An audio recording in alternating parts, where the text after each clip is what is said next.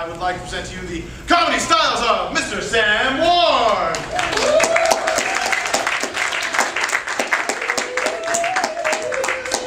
Yeah! Woo! Yeah! Okay. So, guys, I'm really glad you all came out tonight. How are you all feeling? First up, I'd like to do a little bit of stand-down comedy for you guys. So, let's... Hey! Didn't want you to come out now, Sam! I'm sorry. Dang it! I'm sorry. Ruining everything again! Me too. I'm sorry. I'll just... So there's stand-down comedy, folks. Hope you enjoyed that. Dan, help me with that. Folks, I've got a lot of things to talk to you guys about tonight, and I think first we should talk about something that's very close to most of our hearts, because most of us are college age, unlike bathtubs. Oh. But I want to talk about dating. So I have some words of advice for people who go on dates. My first is going on a date is kind of like riding a teeter-totter. It's better if someone else is there. Going on a date is kind of like watching your life flash before your eyes. Because if it goes real quick, you know you weren't very interesting. You just caught on, okay.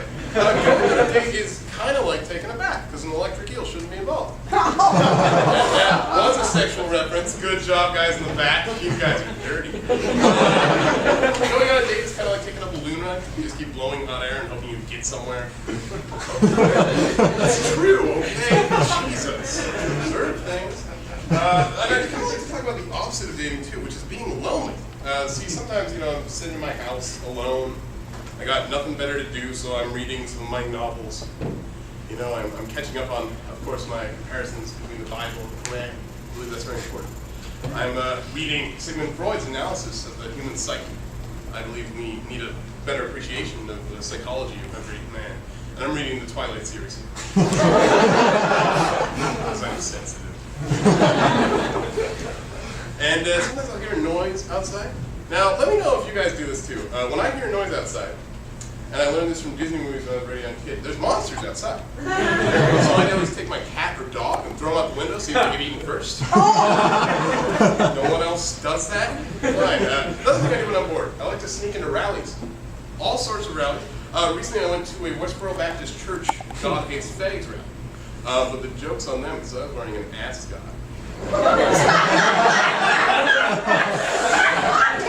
I also like to go to the Legalize It rallies, but I like to make the it something else in the Legalize It statement. So everyone else, everyone's walking around, legalize it. What's it? Well, it's weed. So then they come up to me, legalize it. And I go, well, my it's a little different. They go, what's your it? And I go, well, it's a man eating a puppy. I also think men should be able to eat a multitude of other things. Parakeets. I think we should be able to just grab them if they say something wrong. And babies. We should be allowed to have babies. Baby for Santorum coming right up. The Republican Party, folks, aren't they great? I kind of like to come up with a few themes about myself so people understand me better. For example, we're all aware of the kind of saying that people say about their boyfriend. They're like a curry. They're hot and spicy. Well, I like to say I'm just like a Kraft single American cheese. Single. It'd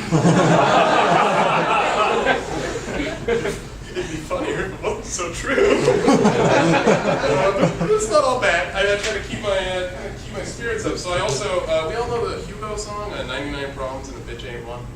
So I have another saying like that. I say, I have 99 problems and a woman is every single one of them. Hey-o! Hey-o! I'm proud of you. So the last thing I want to do for you guys tonight, actually, is I want to do a little bit of experimental comedy. Because as Beth says, this is all experimental. It's completely experimental. So I want to try something I always heard from all my comedian friends. People laugh a lot harder after they've cried. So I want to try to make you guys weep. And I'm going to tell you a little story about Mr. Snugglepaws, my cat. Just bear with me here. Okay, guys? This story's very close to my heart. So one day I was out walking Mr. Snugglepaws. And we were just walking along our road, and I had one of those cute little chest harnesses for him. It's got little rhinestones on it going down the side.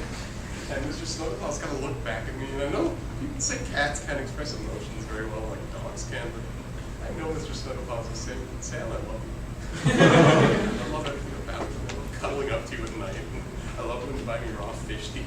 And I love it when you kind of bite on the other end and we pretend we're in the latest little tramps. I'm a weird guy. And I was coming along with Mr. Snuggle-Paws, and I noticed that the rain was coming in, and the clouds were kind of converging on our location. But, you know, I thought to myself, with Mr. Snuggle-Paws' warmth and personality, this rain won't be any problem. So I'm walking him along, and I hear a couple thunderclaps, but I think God wouldn't let anything happen to Mr. Snuggle-Paws. And then a thunderbolt hit Mr. Snuggle-Paws. And Mr. Snuggle-Paws laid down on the ground. Mr. Snuggle-Paws put his feet up in the air and was kicking, and was kicking and kicking.